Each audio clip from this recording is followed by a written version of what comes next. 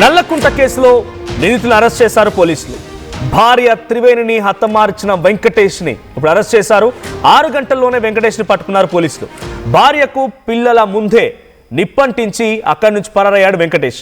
90% కాలిన గాయాలతో చికిత్స పొందుతూ త్రివేణి మరణించింది. అయితే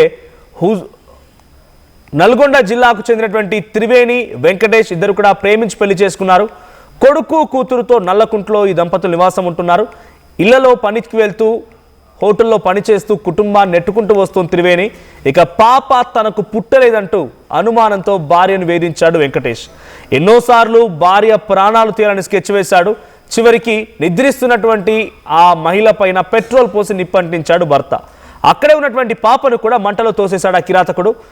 బాలిక తండ్రితో తప్పించుకున్న ఆ బాలిక కొంత వేరే వాళ్ళ ఇంటి పక్క వాళ్ళందరూ కూడా వాళ్ళకి అలర్ట్ చేసే ప్రయత్నం చేసింది, లేపింది.